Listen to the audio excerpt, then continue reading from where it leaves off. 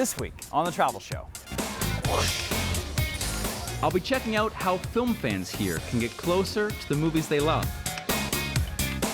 Simon's back with tips for luxury trains on a budget and crossing Paraguay by bus. And Japan in 90 minutes. It's Carmen against the clock on the country's southern island. いかなり団子どこですか?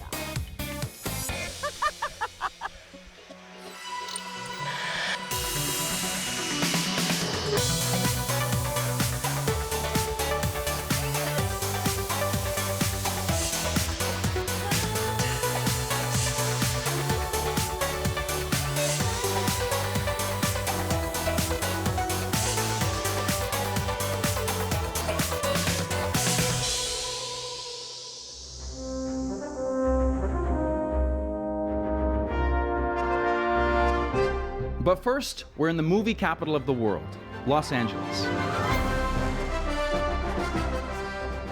This weekend, Hollywood will once again take center stage as news feeds around the world buzz with word about who and what has won the biggest awards in the movie business.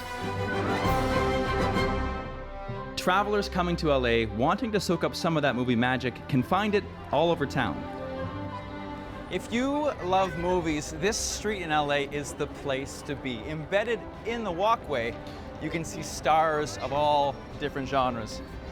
Mickey Mouse, we have Bruce Willis, we have Sharon Stone, and here to my right, we actually have the handprints and footprints of some of the biggest stars around.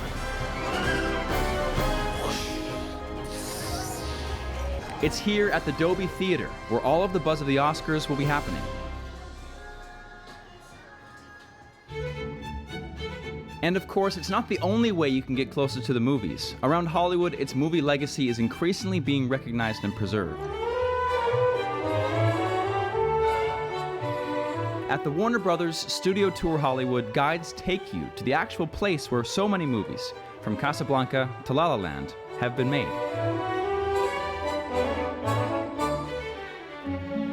The lot's been here since the mid-1920s. It's been home to some of the most classic films, but also contemporary films. So Ridley Scott's science fiction epic Blade Runner. This is futuristic dystopian Los Angeles. This was Blade Runner. Yeah, right this here. Is the street. So it's any time period, it's any location. It's all about set decoration. You just keep redressing these sets over and over and over again. It's whatever you want it to be. Movies have become one of the dominant entertainment forms of our age, but it wasn't that long ago, in the 1920s, that people like the four Warner Brothers were deciding to invest in the new technology of the time, known as talkies. Hollywood's golden age, up to the late 40s, followed by countless blockbusters and international movie stars, helped put historic movie landmarks like this on the tourist map.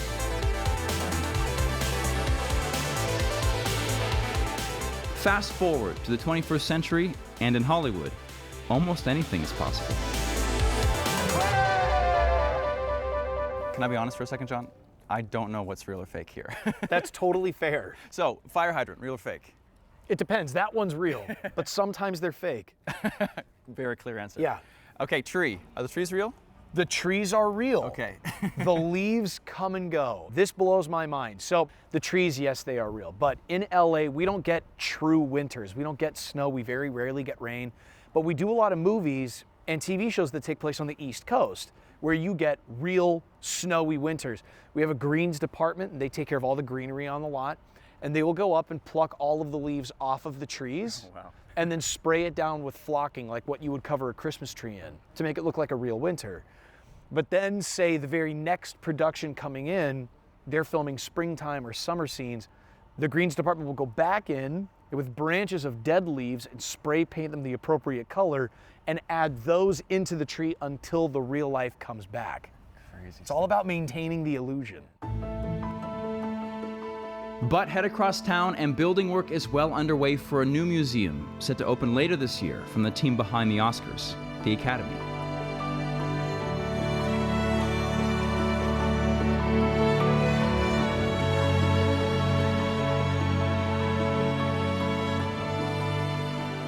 As the building takes shape, they've been busy gathering objects for exhibits to tell the story of the art and also the science of the movies. From old Cinerama cameras to ruby slippers and Shirley Temple's shoes.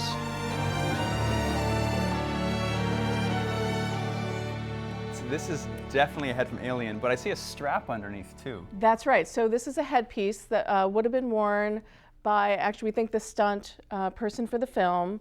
The design came from H.R. Giger, the Swiss sort of surrealist artist. What's interesting, actually, is the actors in the film kept asking to see what the alien would look like, and he wouldn't show them. So the reaction that you see on film is their real reaction to seeing him for the first time. Well, it's terrifying. It is a little terrifying. So all these objects are very cool, but what's the value in keeping it to show people? I think it's really important. I mean, cinema is the greatest art form of the 20th century leading into the 21st century.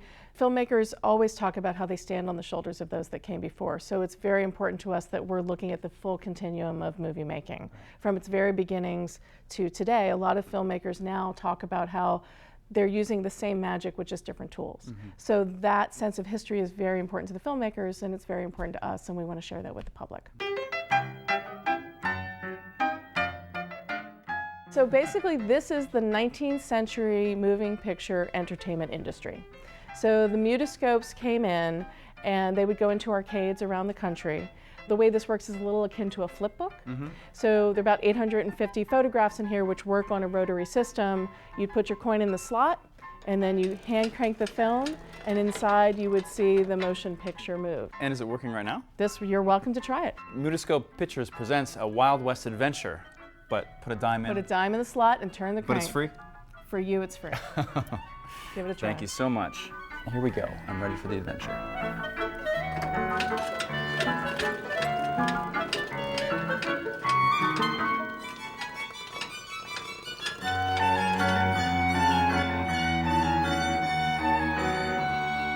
While there are other types of film museum in Los Angeles, the Academy Museum of Motion Pictures is the first here on this scale, taking a global look at the history of the medium.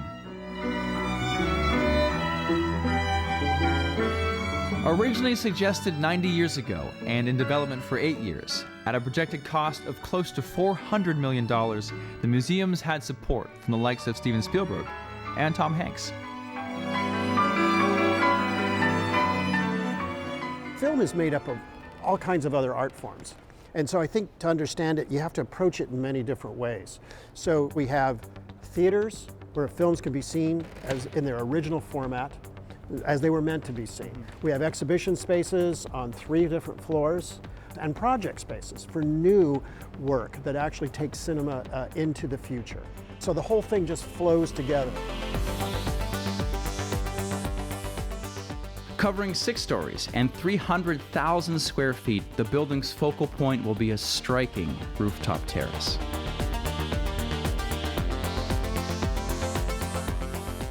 Well, the building is still under construction, but the view, definitely ready to go. Amazing. We're at the top now. We're on the Dolby Terrace, and we're looking out over Hollywood.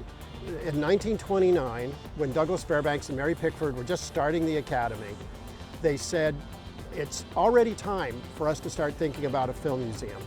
And here we are, 90 years later. It took a while, but we're at the top looking over the Hollywood that they saw. So it's opening night. The first guests walk in, they have their experience, and they leave. What do you hope they say to each other? The first is that I hope they understand and they talk about film history, because I feel like it's disappearing a little from our memory. And now's the time to really save it, to save the legacy of film for future generations. And, you know, maybe one of them that's here will be inspired to become a filmmaker of the future themselves.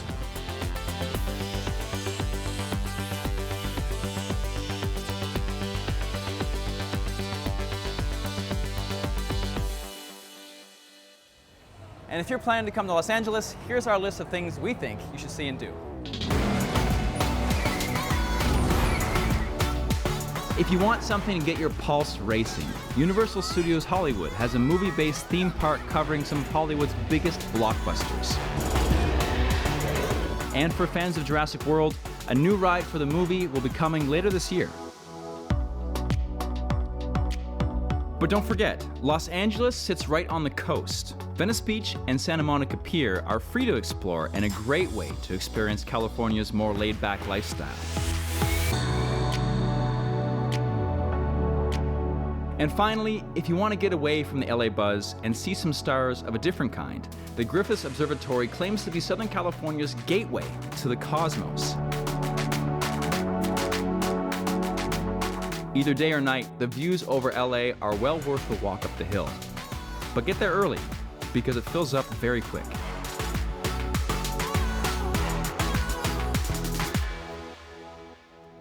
Still to come on The Travel Show.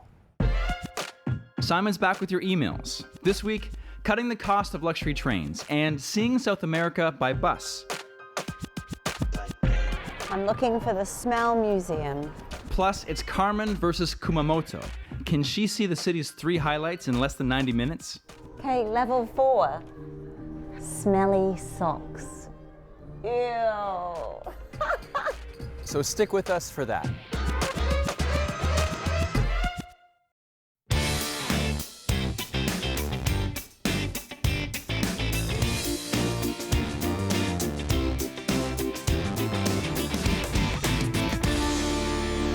This week, I've advice on a cut-price great rail journey through Canada and the best day trips from Dubrovnik. First though, the railway line between the 2 biggest cities in Greece has been transformed, with passengers between Athens and Thessaloniki set to experience faster, more comfortable journeys. Until now, trains on this spectacular route have taken nearly 6 hours, but the journey should soon be 2 hours faster. Brian O'Reilly is spending 4 days in the fine Croatian city of Dubrovnik. He asks, we'd like to do a day trip to another city. We love beautiful scenery, architecture and beaches. Brian, to help you, I've called in some specialist advice. I think for your particular interests, I would recommend visiting Stone on the Pelješac Peninsula. It's about an hour's drive outside of Dubrovnik, but it's also easily accessible by bus. The town is known for its seaside landscape, oysters, and regional wines. The entire peninsula is known for having many hidden beaches, but if you only have a day, I recommend checking out Propratno Beach, which is less than 5 kilometers outside of Stone. Next, Dilip Budget from Toronto in Canada wants to take a great adventure in his home country. A rail trip on the Rocky Mountaineer line has always been on my bucket list, but the prices I've been reading are huge. So can you advise on planning this holiday of a lifetime without breaking our bank? Dilip, I too have been daunted by the prices on luxury tourist trains around the world, but often you can find much cheaper regular passenger trains which cover some of the same ground. Canada's flagship train, the Canadian, runs from your home city of Toronto to Vancouver, and the final stretch from Jasper through British Columbia duplicates part of the route of the Rocky Mountaineer. But I recommend a side trip on the Skeena train between Jasper and Prince Rupert on the Pacific coast. This train, which charges regular rather than luxury fares, threads through some extraordinary scenery on a line once known as the Grand Trunk Pacific. Next, Peter Cooper is planning a visit to the heart of South America. Lucky man. I'm going to Puerto Iguazu in Argentina. From there, I want to get a bus to Asuncion in Paraguay. What's the best way to get there? Puerto Iguazu is the town on Argentina's side of the miraculous Iguazu Falls. To reach the Paraguayan capital, Asuncion, there's 2 possibilities. The first is to travel across to Ciudad del Este in Paraguay. From here, you can board one of the frequent buses, taking as little as 5 hours. But if you have time to spare, I recommend you follow the river valley southwest through Argentina to the town of Posadas, from which there's a bridge across to Encarnacion in Paraguay, another beautiful place to visit. From here, a bus along Highway 1 will take you to Asuncion, and you'll have had a much more scenic and enlightening journey. Finally, Lucinda Wright says, in this age of trying to reduce plastic, I have invested in a refillable drinking bottle. However, many of the European airports that I've visited recently don't seem to have any facility for refilling this once I'm through security. I also carry a refillable water bottle, and I've never had any problem getting it refilled at catering outlets at UK airports. At North American airports too, there's never a problem because of the abundance of water fountains. The only time I have had problems is in some foreign airports where there's a general distaste for tap water and the practice isn't known. But if you and I keep asking, maybe things will change. That's all for now, but keep sending me your travel problems and I'll do my best to bring you the answers.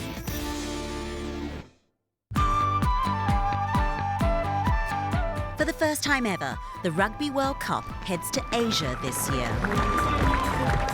400,000 sports fans will go and see their teams at 10 host cities around Japan, in what's also a dry run for the Olympic Games in Tokyo in 2020. Some, though, will be worried about Japan's reputation as a place that's tricky to get around if you don't speak the language.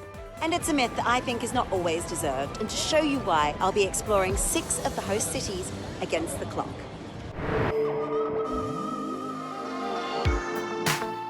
Kumamoto lies in the middle of Japan's southern island, Kyushu. It's surrounded by a stunning landscape, dotted with volcanoes, and is popular with hikers in the summer months. So I've got 90 minutes, the time it takes to play a game of rugby plus 10 minutes for halftime, to see 3 of Kumamoto's highlights. Straight, and then... My friend Ryuzo's been making a plan for me. So Kumamoto is the 3rd most populous city in Kyushu, which is the southernmost island of Japan. It is well known for its castle in the city center, which is beautiful. Also the Aso Mountain on the east. And also it suffered a great earthquake in 2016, and everything is being slowly rebuilt. So how easy is it to get around? Actually, Kumamoto doesn't have a subway system. Really? Yeah. Instead, it has a good old-fashioned tram running around the city, so you're going to be getting on one of those for your challenges. Kumamoto is not that big of a city. It's very easy to get around, so this might be the easiest challenge yet. So I've got 90 minutes on the clock, starting from now. Look both ways. I'm starting out at the jewel in Kumamoto's crown. Okay, so I have a man meeting me here at Kumamoto Castle. Konnichiwa. Oh, arigato. Kumamoto Castle was heavily damaged in the 2016 earthquake and is now closed to the public. But restoration is underway and they have plans to reopen parts of it by the time the World Cup arrives this autumn. 今ですね、大天守でその、鉄柱で支えているので、この、大天守を残したまま石垣の積み直しができたということで。How bad was the damage from 2016? 石垣のですね、全体の1割が崩れ落ちる。で、ただ残り3割もですね、膨らみがあるので積み直しが必要になってくるので、工事が全部終わるのに大体20年ぐらいかかると言われています。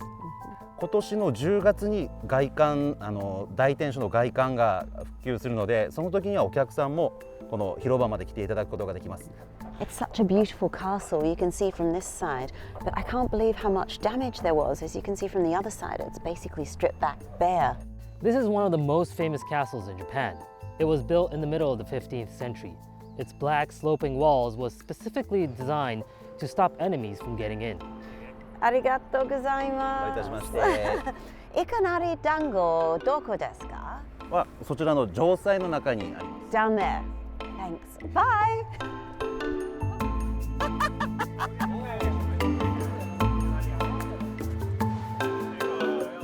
Kumamoto's specialty is the ikinari dango you can find served in the street.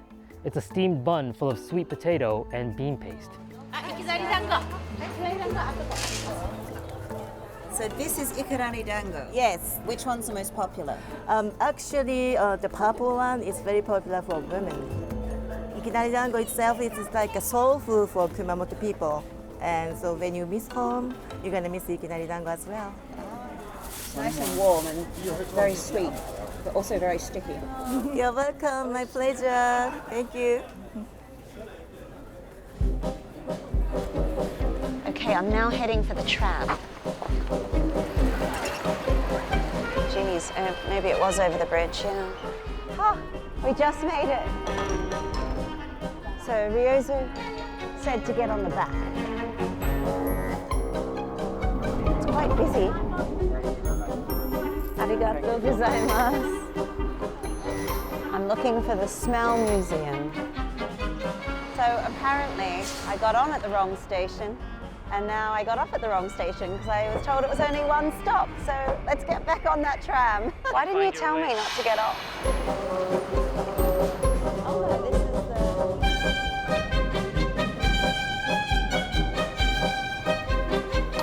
the... This is helpful. It's written in English here. Arigato. I'm a bit confused as to how I'm going to cross the road. I need to get over there.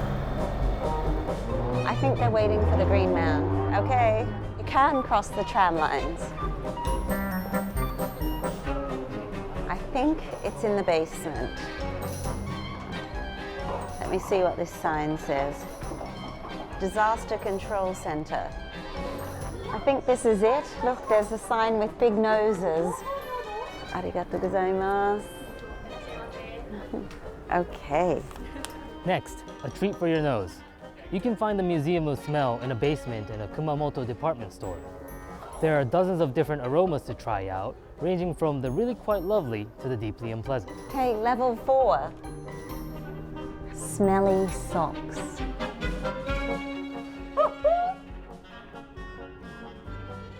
Ew. Something's really rank in here. I guess I should be worried because this one's in a metal canister. Ah! Ugh. Various species and bacteria smell of nature. You can even test your own smell with this little machine here. So 0 to 39 is very good. 40 to 199 is, you're a bit on the nose. 290 is the benchmark for you smell like a public toilet. Okay, I think I'm 90 today. I don't quite need to do my laundry just yet, but it's getting dangerously close. Stupid machine. And we're done. 1 hour and 15 minutes. Bags of time to spare. Getting good at this.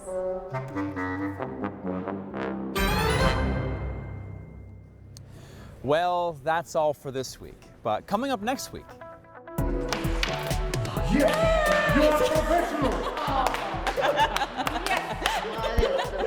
Krista scores points in Riga as she delves into Latvia's Soviet past. Русская народная песня «Степь да степь кругом». So make sure not to miss it. Remember, you can join our adventures by following us on social media. But for now, from me, Mike Corey, and the rest of the Travel Show team here in beautiful California, it's goodbye.